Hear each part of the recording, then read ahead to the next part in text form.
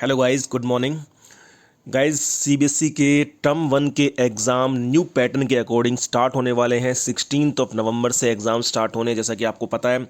तो केमिस्ट्री का, फिजिक्स का, मैथ्स का, बायोलॉजी का, सभी चीज़ों का जो पैटर्न है वो क्या रहेगा, और केमिस्ट्री का सैम्पल पेपर कैसा रहेगा, कैसा होगा, उसके क्वेश्चंस किस प्रकार के होंगे, उन सारी बातों को मैं बताने वाला हूँ इस वीडियो के अंदर। तो सबसे पहले देखें तो हम जो हमारा पैटर्न है वो सभी सब्जेक्ट्स का, केमिस्ट्री, फिजिक्स और बायो का, जिनका मार्क्स 70 मार्क्स का पेपर होता है, उनका पेपर का पैटर्न किस तरह से होगा वो आप इस तरह से होगा। आपके अंदर पेपर के अंदर 3 सेट होंगे। The question paper contain 3 set, 3 set मिलेंगे आपको। जो सेक्शन ए होगा, 3 सेक्शन होंगे आपके पेपर में। उस सेक्शन ए के अंदर 25 क्वेश्चंस होंगे, ऑब्जेक्टिव मल्टीपल चॉइस क्वेश्चन होंगे, जिनमें से आपको 20 अटैम्प्ट करने होंगे। सेक्शन बी के अंदर 24 क्वेश्चन होंगे, जिसके अंदर से आपको 20 अटैम्प्ट करने होंगे। और सेक्शन सी के अंदर आपके 6 क्वेश्चन होंगे, जिसमें से आपको 5 क्वेश्चन अटैम्प्ट करने होंगे। 90 मार्क्स, 90 मिनट आपको मिलेंगे, 90 मिनट्स मिलेंगे। और 35 मिनट्स आपके मिलेंगे। 35 मार्क्स का पेपर होगा और 90 मिनट के अंदर आपको सॉल्व करना होगा। टोटल आपको क्वेश्चन आएंगे 55। अगर आप देखें तो यहाँ पर 24 और 25 और 6 टोटल मिलके 55 क्वेश्चन आएंगे, जिसमें से आपको 20 प्लस 5 45 क्वेश्चन करने होंगे। मतलब 10 क्वेश्चंस की आपको चॉइस मिलेगी। इसके अलावा बच्चों आपको इन्हीं ऑब्जेक्टिव क्वेश्चन होंगे, सारे के सारे ऑब्जेक्टिव क्वेश्चन होंगे। और ऑब्जेक्टिव क्वेश्चन में आपके असर्शन और रीज़न वाले क्वेश्चन का भी एक बहुत बड़ा पार्ट होगा। और इसके अलावा एक क्वेश्चन जो आपका लास्ट वाला सेक्शन सी है, लास्ट वाले सेक्शन सी के अंदर आपका एक केस स्टडी क्वेश्चन आएगा, वो मैं आपको सारे के सारे दिखाता हूं। तो जैसे हम सेक्शन ए देखते हैं बच्चों, पहले सेक्शन ए के अंदर 25 क्वेश्चन है, जिसमें से आपको 20 क्वेश्चन अटेम्प्ट करने हैं। वो सेक्शन ए किस प्रकार का होगा देखें आप। तो ये बच्चों ये सेक्शन ए है, जिसके अंदर आपको क्वेश्चन दिया हुआ है। जैसे फर्स्ट क्वेश्चन ये है कि to which block of elements in the periodic table 3d10 4s2 belong. मतलब अगर किसी एलिमेंट का इलेक्ट्रॉनिक कॉन्फ़िगरेशन 3d10 4s2 है तो वो किससे बिलोंग करता है। सीधी सी बात है, वो डी सबशेल के अंदर आ रहा है, लास्ट इलेक्ट्रॉन हमारा इसके अंदर, तो ये डी ब्लॉक से बिलोंग करता है। ऐसे ही इस तरह से आपके सारे क्वेश्चन आप देख सकते हैं। Second question, third question, fourth question, fifth question, sixth question, seventh question, 8th 9th 10th, आप देख रहे हैं बच्चों सारे के सारे क्वेश्चंस हमारे ये आपकी केमिस्ट्री के हर चैप्टर से बिलोंग करेंगे, जो कि टर्म 1 के अंदर है। और ये मल्टीपल चॉइस क्वेश्चन है। इनमें आपको 4 ऑप्शंस दिए गए हैं, जिनमें से एक क्वेश्चन आपको सॉल्व करना है। जैसे कि आप एक क्वेश्चन और देख लेते हैं। Isostructural species are those which have the same shape and same hybridization among the given species, identify the isostructural pairs. इन चारों में से आपको आइसोस्ट्रक्चरल पेयर्स बताने हैं, मतलब जिनकी स्ट्रक्चर सेम है, यानी जिनकी हाइब्रिडाइजेशन सेम है, वही हमारे आइसोस्ट्रक्चरल होंगे। तो आप क्या करेंगे, इनमें हाइब्रिडाइजेशन फाइंड करेंगे और स्ट्रक्चर दोनों का सेम हो जाएगा। इसी तरीके से आप देख सकते हैं ये सारे के सारे हमारे टोटल क्वेश्चन होंगे 25, जिनमें से आपको 20 क्वेश्चंस अटेम्प्ट करने होंगे। तो ये बच्चों हमारा सेक्शन ए था। अब हमारा आता है सेक्शन बी। सेक्शन बी के अंदर 24 क्वेश्चन आएंगे, जिनमें से अगेन आपको 20 क्वेश्चन अटेम्प्ट करने हैं। लेकिन सेक्शन बी के अंदर एक खास बात होगी बच्चों, आपके अंदर असर्शन और रीजन वाले क्वेश्चंस होंगे सेक्शन बी के अंदर। तो सेक्शन बी के अंदर असर्शन और रीजन वाले क्वेश्चन किस तरह से होंगे वो दिखाता हूं मैं आपको। 26 से क्वेश्चन स्टार्ट होंगे। ये सारे ऑब्जेक्टिव होंगे, पहले की तरह मल्टीपल चॉइस क्वेश्चन होंगे। 4 ऑप्शन दिए जाएंगे, जिनमें से एक आपका ऑप्शन करेक्ट होगा, बाकी 3 रॉन्ग होंगे। आपको करेक्ट ऑप्शन बताना होगा। तो ये आप देखें तो ये हमारा चलते चलते सारा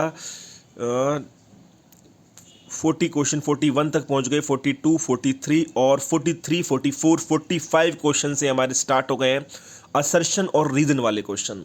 अब बच्चों असर्शन और रीजन वाले क्वेश्चन के अंदर क्या होता है, आपको 2 स्टेटमेंट दी जाती है। पहली स्टेटमेंट को बोलते हैं असर्शन और सेकंड स्टेटमेंट को बोलते हैं, जैसे हमारी फर्स्ट स्टेटमेंट असर्शन कहलाएगी। Thomson atomic model is known as raisin pudding model. और उसके बाद उसका रीजन दिया जाएगा, the atom is visualized as a pudding of a positive charge with electrons embedded in it. तो आपको दोनों स्टेटमेंट आपको चेक करनी पड़ती है बच्चों, कि दोनों स्टेटमेंट सही है। यानी इसमें मेन चीज़ आपको क्या चेक करनी पड़ती है, इसमें मेन चीज़ चेक करनी पड़ती है बच्चों आपको असर्शन, यानी जो पहली स्टेटमेंट है वो ठीक है या नहीं है। उसके बाद रीज़न वो ठीक है या नहीं है। और फिर जो रीज़न है क्या वो असर्शन का जो पहली स्टेटमेंट है उसको एक्सप्लेन करता है क्या।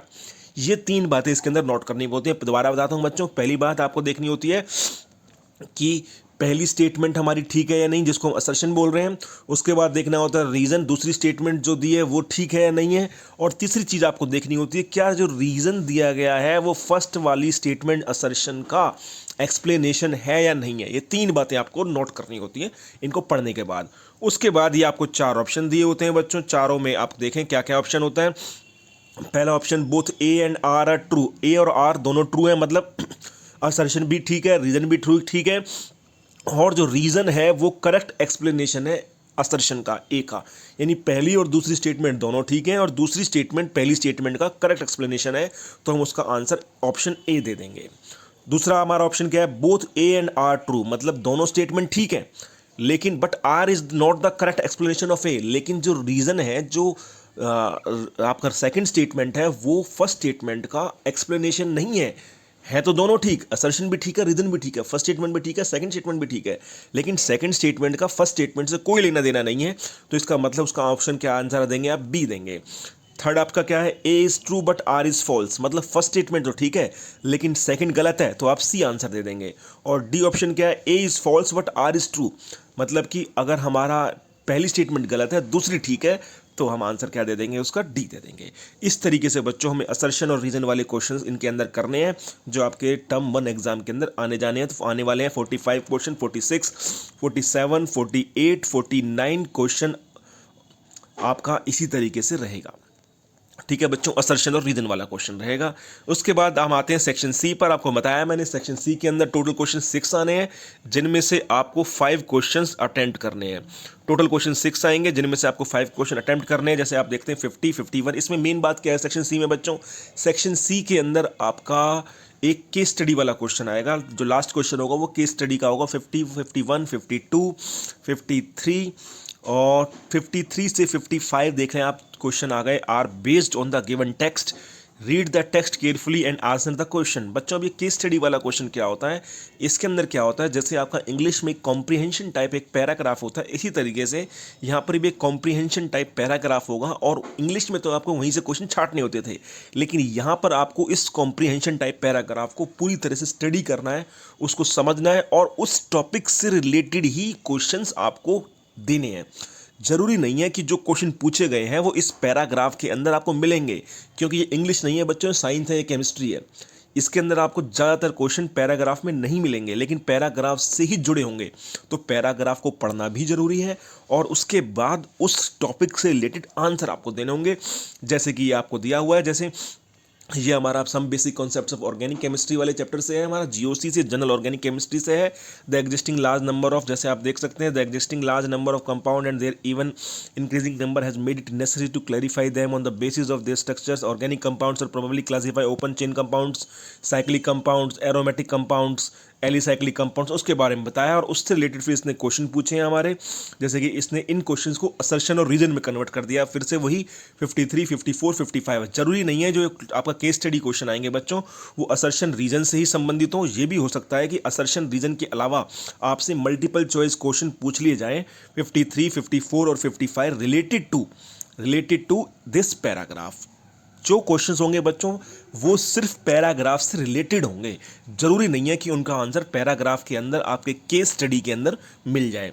तो इस तरीके से बच्चों ये हमारा पूरा का पूरा सैम्पल पेपर मैंने आपको अवेलेबल करा दिया है। सीबीएसई ने, सीबीएसई का जो क्लास 11th का पेपर है सैम्पल पेपर, जिसका टर्म 1 का एग्जाम, जिसके अंदर आपके 55 क्वेश्चन आएंगे जिनमें से आपको 50 क्वेश्चन अटेम्प्ट करने हैं। तो all the best for your exam, thank you very much.